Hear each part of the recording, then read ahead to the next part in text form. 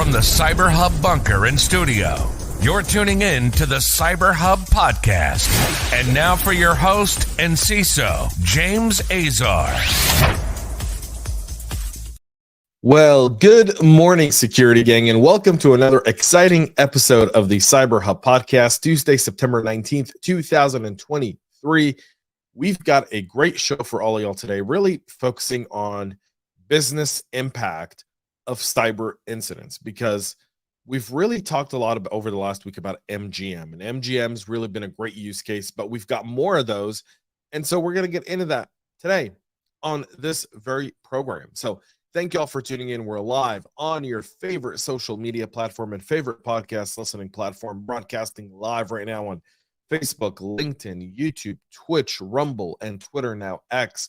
You can catch us there and anywhere else you find your podcast, including Apple, Spotify, Google, and many others. This show is packed, so for all of y'all, join me for a tradition of the show. If you're a first-time listener, our coffee cup cheers, my double espresso. Join me, coffee cup cheers, y'all.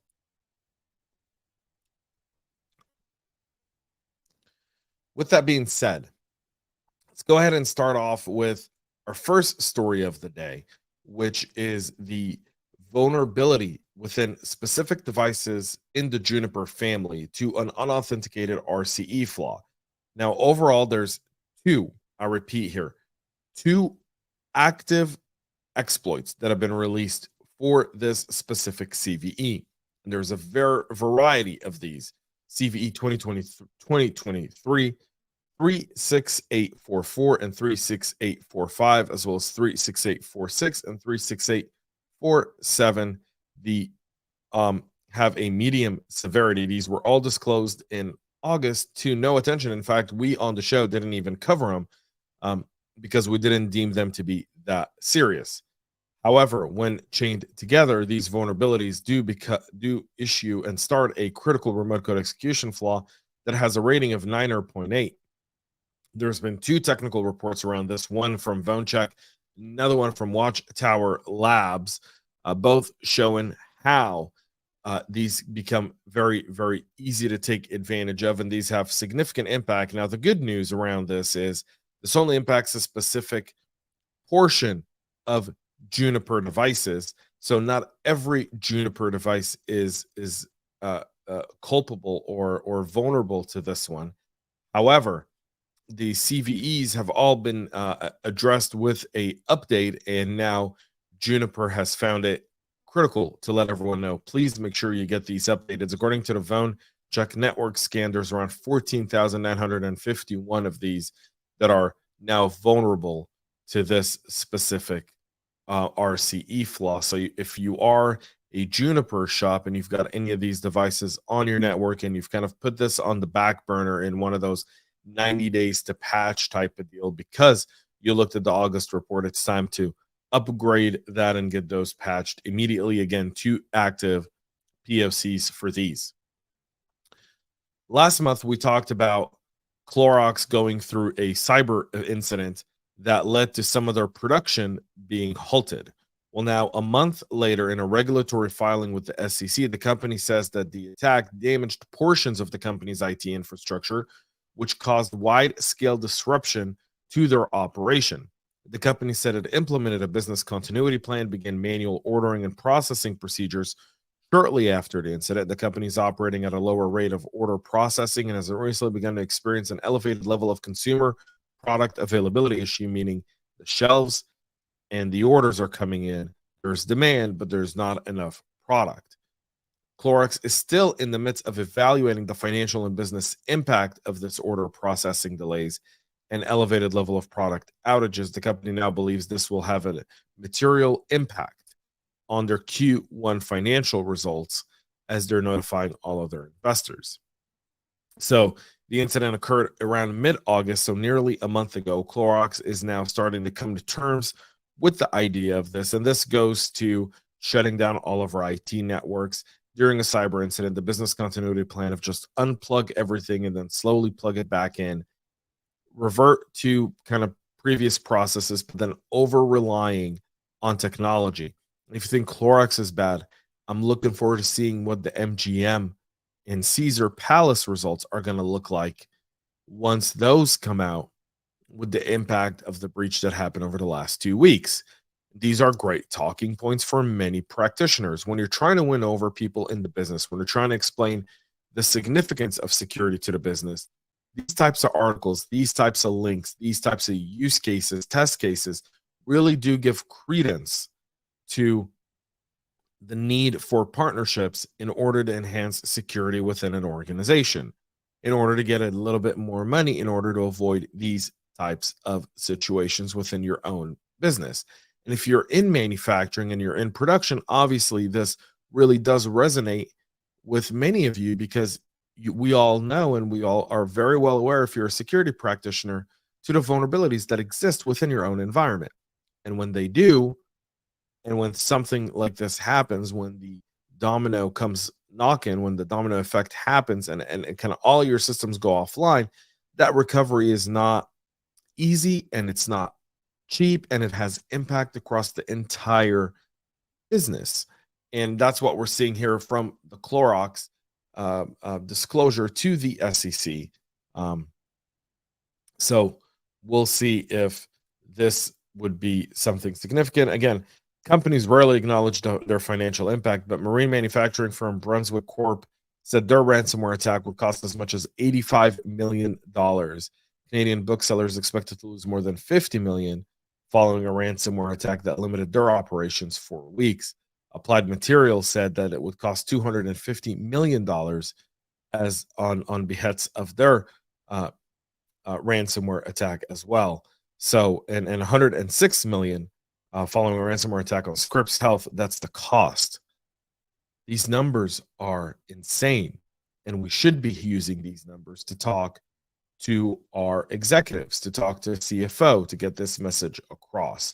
That's so important, and that's really the main story we want to take away from this morning's show. As we move on, this has been kind of making its rounds across social media. The Azure data leak exposes the dangers of file sharing links. 38 terabytes worth of private data, including passwords, team messages, and backups of 2 Microsoft AI research employee workstations, have all been leaked online.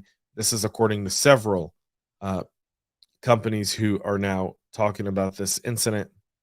However, the link was misconfigured. It did allow access to the entire private storage instance, making sensitive files and data public. And this kind of talks about the idea of misusing SAS links. According to several security experts, over the past 5 years, the storage services offered by major cloud providers have become a significant target for both researchers and attackers. We're seeing more and more of that. So shared access in secret, the SAS feature of Azure allows users to grant specific access to specific files and resources in their storage account. The user has fine-grained control over the resource that may be accessed, the permission the link allows, and how long the token is valid. There are 3 different types of these. And here, one of these was misused, which allowed all of this data to leak. And so there's a lesson to be learned there about allowing people to share information through links. And obviously, the history this month teaches us all about that.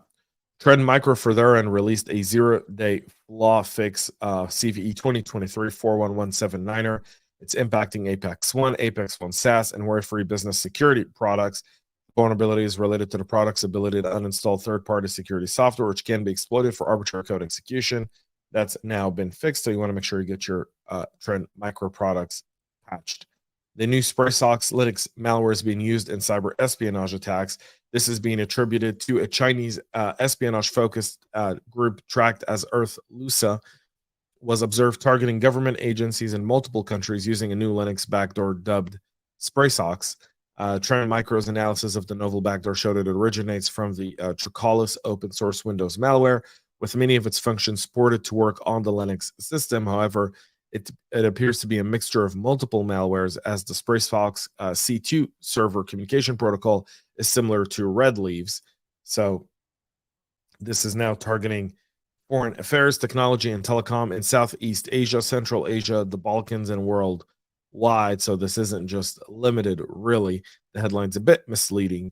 Trend Micros itself is seeing exploitation attempts of several end-days unauthenticated remote code flaws dated back to 2019 and 2020, with several CVEs that you see here on the screen. And for those who can't and are listening after the fact, links are in the show notes. Go check these out. These flaws are exploited to drop the Cobalt Strike beacons, which allow remote access to the breached network. The access is then used laterally on the network while exfiltrating files, stealing accounts, credentials, and deploying additional payloads like ShadowPad. So there's that there. It has a lot of different capabilities, including collecting system information collection, starting an interactive shell that uses the PTY subsystem, listing network connections, managing SOCKS proxy configurations, and performing basic file operations. So this malware by the Chinese continues to wreak havoc. But that's not the only thing we're seeing out of China, where a payment card skimming campaign is now targeting websites in North America. This also belonging to a Chinese player who's been targeting since at least May of 2023, exploiting vulnerabilities in web applications, including one vulnerability that China's Hafnium group has used in cyber espionage campaign to gain access to site belonging to organizations across multiple industry sectors. The primary goal is to gain access to the payment pages and drop malware for stealing card numbers belonging to people making online purchases. China, by the way, for those who don't know, if you're not in the financial industry, but you're just interested in cyber as a whole, China's the number one producer of fake cards. They sell these machines to anyone without vetting them. And these people steal cards, they then reprint them. And that's how you see the kind of reprinted cards, card present type of fraud that many retailers have a hard time defending against. So these specific things all originate from China, and China for itself now has moved into this financial side. And there's a reason China's doing that, by the way. China does that because their economy is in shambles, and they've got to keep the people that some of the criminal gangs that operate within China finance, and that's one way to do it, is to allow them to do these types of attacks beyond the stuff they do for the Chinese Communist Party. And for itself, Pakistan's APT-36 is infecting Android devices using a YouTube app clone. This is deploying the remote access Trojan Capra RAT. Once the malware is installed, it can harvest data, record audio and video, or access sensitive communication information, essentially operating no different than a Pegasus or a spyware tool. This latest campaign was spotted by Sentinel Lab. It's warning people and organizations linked to military or diplomacy in India and Pakistan to be very wary of YouTube Android apps hosted on third-party sites. These APKs are distributed outside of Google Play's Androids officially, so victims are most likely engineered to download and install them, potentially through ads on their mobile devices or anywhere else.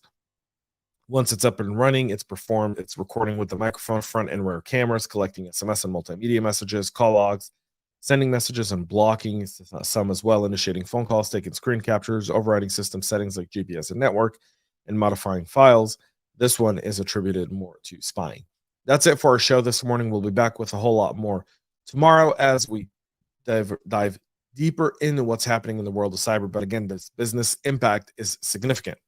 So please make sure to subscribe. Please make sure to follow us on your favorite podcast listening platform. And the best way to help us is to go check out our Substack, jamesazar.substack.com, and share this to your colleagues who you think could benefit from the show. Thank y'all. Till tomorrow, stay cyber safe.